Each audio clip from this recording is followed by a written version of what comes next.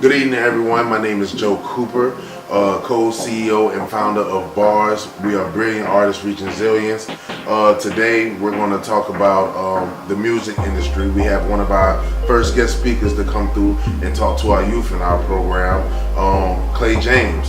So I hope you enjoy this video. Follow us at Wearebarz on Facebook and Brilliant Artists Reaching Zillions for the youth organization page. Also, you can follow us on Instagram at Wearebarz17, and I hope you enjoy this video. Don't forget to like, tag, and share. Thank you. You know what I'm saying? Because I was in college and the college thing wasn't working for me. I just wasn't digging school no more. So I was about to go to the Air Force, and then one of my partners, he was like, "Bruh, we can't lose you to the military. You know what I'm saying? You got too many talents. We gonna figure something out." So about 2 days later, he came, picked me up, took me to the studio. And when he took me to the studio, I made my first song. Just so happened, that first song, I ended up giving it to somebody who worked for the radio, and they put it on the radio in Atlanta. So when that happened, you know what I'm saying, but I had a prior relationship with the dude because at the time I had a clothing line. I was styling him, you know what I'm saying? So it was easy, like, bro, check my song out. I didn't even know he was gonna put it on the radio. So he put the song on the radio on Hot 107.9 in the A, and then it started catching.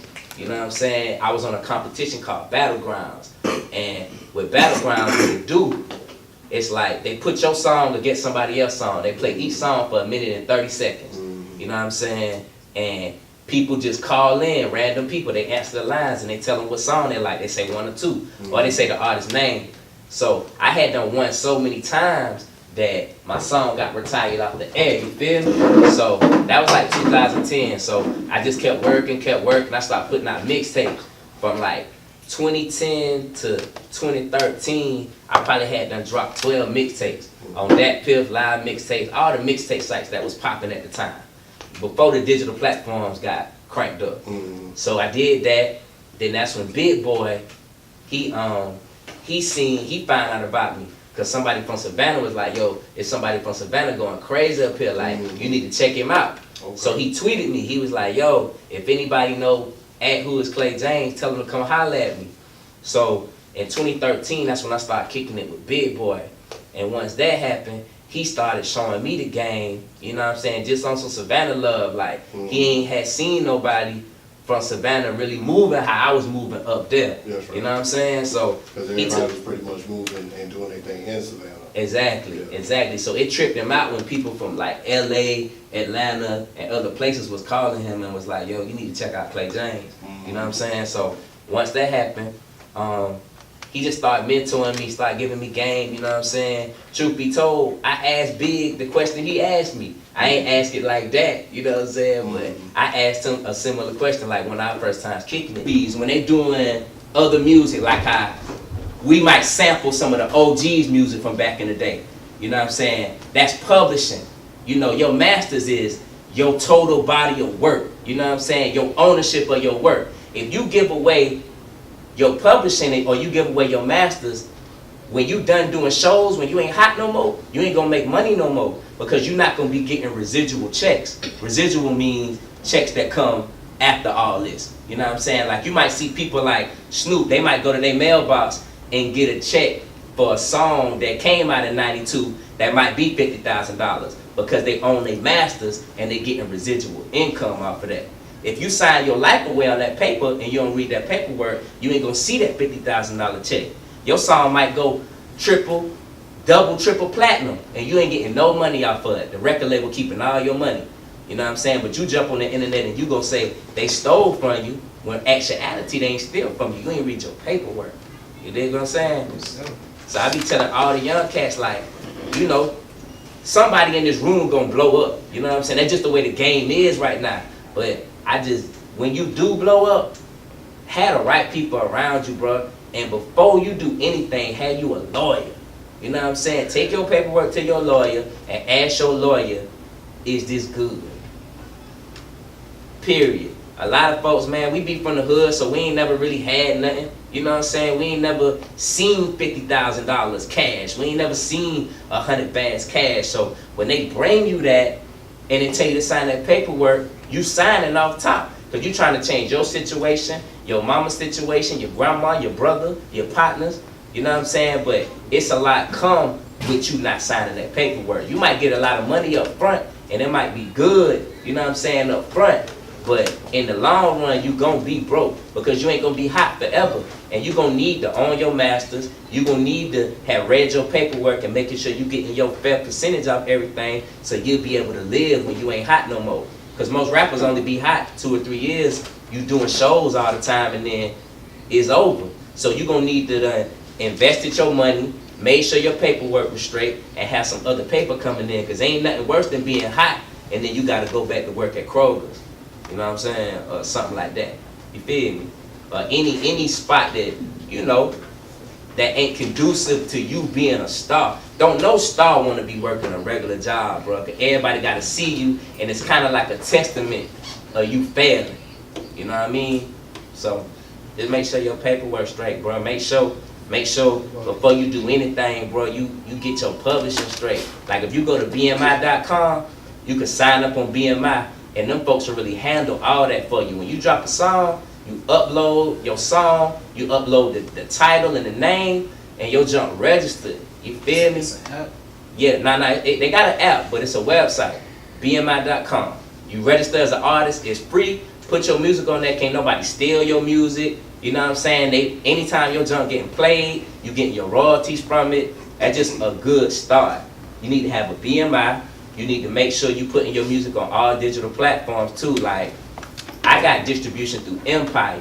You know what I'm saying? That's a label. It's an independent label, but you can do your own distribution with TuneCore, and it's this new thing they got called DistroKid. I know y'all done heard about DistroKid. Brother No. James, if you don't mind, let me take 1 second. Gentlemen, he's giving y'all some fly. All of y'all have a music class. Does anybody feel like they need to be writing notes right now?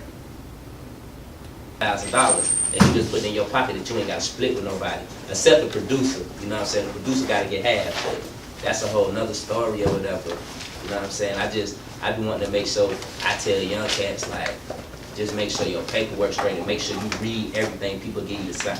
You know what I'm saying? Because no matter how much amount of money, you know what I'm saying, them folks is offering with a deal, you need to sign your paperwork and make sure that, you know, everything legit, so you won't be out here after you done sold 1 million records, 2 million records, and you just out here looking broke or whatever, you know.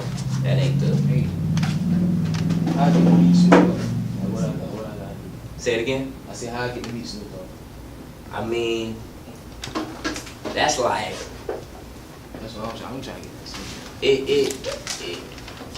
I'm gonna use Snoop for an example.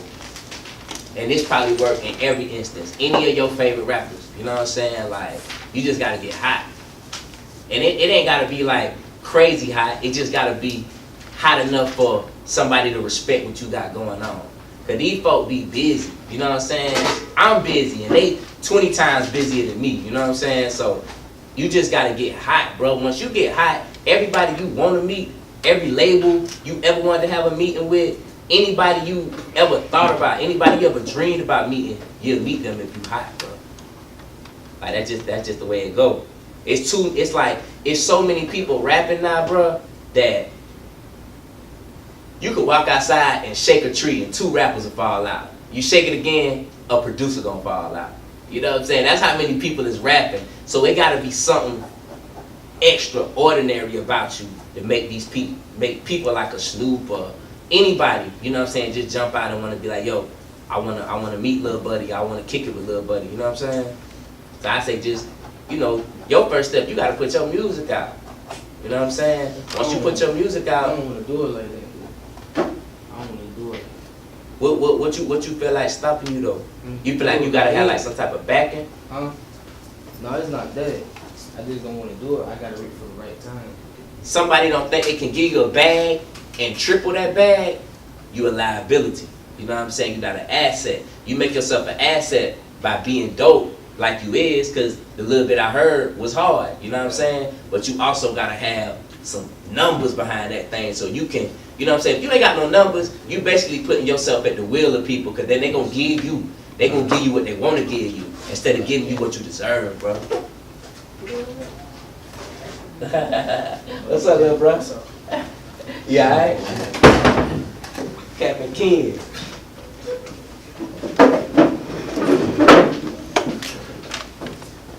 music out there, bro?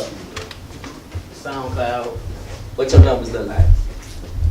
My time right here like 8,000. Okay. And no drama like 4,000. How old you is? 19. 19. You know what I'm saying? So how you feel about putting out music versus holding the music? Why you think you supposed to put the music out? They don't know me yet. So I keep what I want. So they know you, right? Yeah. That I was just telling little brother, you know what I'm saying? Like, we were just talking about the importance of putting out the music versus holding it, waiting for the right time. Like, you know, everybody got their time or whatever, but you gotta give them folks something to get to know you by. You dig what I'm saying? So that's why I asked you that. I already knew what your numbers were. You know what I'm saying? He hit me up all the time. That's my little partner, man. Like, just because somebody presents you with a bag of money up front with that paperwork, don't mean you ain't supposed to read that paperwork. You know what I'm saying? Like, read your paperwork. Before you do anything, you need to have a lawyer. You know what I'm saying? You need to have a lawyer on retainer. You know what I'm saying? Somebody that can read over your paperwork. And if you ain't got the money for a lawyer, take your paperwork to your uncle. Take your paperwork to the person you feel like the smartest person you know. You know what I'm saying? Because it need to be more than just you reading the paperwork when you present with some stuff. Because the rap game is built to get you. It ain't built to give you nothing. You know what I'm saying? It's really built to gyp you. You know what I'm saying? But you just gotta be on top of your stuff so that you don't get got. You know what I'm saying? Ain't none of these cats that these labels y'all friends, bro. They look at y'all, they don't even look at y'all like people, bro. They look at y'all like a bag of money. You know what I'm saying? And once you ain't making them no money no more, they don't even care about you no more. They don't care that you can't feed your family or you can't feed your kids and all that. Once you ain't hot no more, they ain't messing with you no more. It's over with. So you gotta really handle them like they handle you, you know what I'm saying? And just make sure you watching you and your people back. That's how I'm telling them, make sure your paperwork straight. Make sure you own your masters, you know what I'm saying? Make sure your publishing straight. Before you put out a song, go to BMI.com and register as an artist on BMI.com. And before you put your songs out, register your songs on BMI. Because now, every time your junk gets played around the world, BMI gonna be tracking it and making sure you're getting paid for that. And another thing with BMI, if you tell them you did a show and you perform certain tracks, they'll send you a check for it. You know what I'm saying? So you can get paid, like when you do little open mics, anything. If you tell them you gotta put in the venue, how long you was on stage, and the phone number of the venue, and they'll tally it up, and every quarter you get a check. No matter how many shows you did, any of that, they'll pay you because your songs was registered that you perform on BMI.com. Okay. Now, what if you do not have the funds to actually go and get your music copyrighted? Is copyright in a way that you can still cover your tracks, or no? You saying the poor man copyright? Right. That don't never work. You know what I'm saying? That's really a myth too. But what I used to do, I look at it like this. When I didn't have the bread to do copyright all my songs, I would take the one that I thought like, okay, we're gonna put the most push behind this one, and I would do that one. It's really a waste of money to sit up and copyright every single song. Right. You know what I'm saying? But I would copyright the one that you feel like y'all about to put the most push behind. Because I done been in a situation, I done walked in a club in the A with one of my partners, and his song came on, and it wasn't him rapping it. You know what I'm saying? Just so happened somebody stole the song. You feel me? So that was my first crash course on copywriting stuff. You dig what I'm saying? And I seen my boy was mad. You feel me? Because it was nothing he could do about it. Them folks stole the song, then they copyrighted it, and they paid the producer for the beat. I know a lot of y'all probably go on YouTube and get beats, ain't it? Yeah. You know what I'm saying? That ain't really it. You know what I mean? Because you should pay for the rights to your beats. Because everybody going on YouTube and using the same beat. And what the producer gonna do, whichever one of y'all pop the hardest off the song, that's who he gonna say, okay, the exclusive rights go to this person. Now you, who ain't popping as hard and got a hot song off of it, it's kind of like you gotta stop pushing your song because you don't own the rights to that beat. So all the work you done put in on that song kind of go to the wayside. You know what I'm saying? And you know, that's an L. It's risky doing that internet beat jump. But if you pop off with the internet beat and you get in contact with the producer, they'll give you the exclusive rights. You know what I'm saying? But I like to go ahead and just pay for the beats up front. pay for the exclusive rights. Most people, if you find an up and coming producer, it might be $100. You know what I'm saying? 150, something like that, for an unnamed producer, a no-name producer. You know what I'm saying? Like I be seeing like people, bless you, bro. I be seeing people running around and they be having a manager, a road manager, a bodyguard, all this, and they ain't even making no money yet. Like I feel like you don't need to have a manager until you are generating revenue. Until you making money, you don't need to put nobody in your business. You know what I'm saying? You need to do everything yourself until you start generating revenue.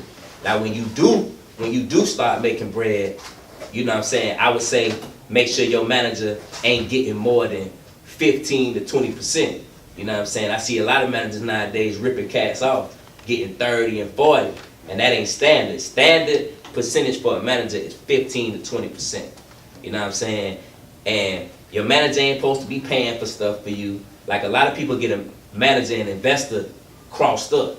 You know what I'm saying? Your manager is just somebody who set up plays for you. Your manager is somebody who used the connections they got to help you generate more money.